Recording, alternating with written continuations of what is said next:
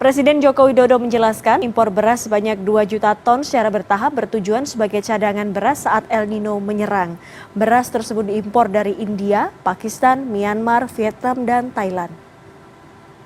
Menurut Jokowi, pemerintah harus mengimpor 2 juta ton beras dengan cepat sebab El Nino juga akan menyerang negara importir beras. El Nino adalah fenomena pemanasan suhu muka laut di Samudra Pasifik sehingga Indonesia akan mengalami kekeringan atau kemarau.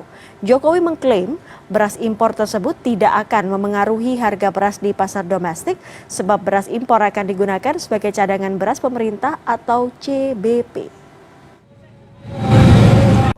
Itu untuk cadangan Bulog karena kemungkinan akan ada yang namanya El Nino, kering panjang, sehingga Bulog, Badan Pangan mempersiapkan diri dengan memperkuat cadangan berasnya.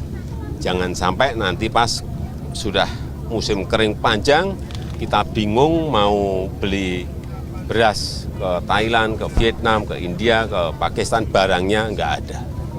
Ini yang kita hindari, karena El Nino tidak hanya di Indonesia saja, di negara-negara itu juga terjadi. Sehingga itu mengantisipasi. Dan itu tidak mengganggu harga gabah petani. Sementara itu, saya menanam padi bersama petani di Tuban, Jawa Timur pada Kamis pagi. Presiden Jokowi mendorong para petani agar menggunakan pupuk organik dan tidak bergantung pada pupuk kimia.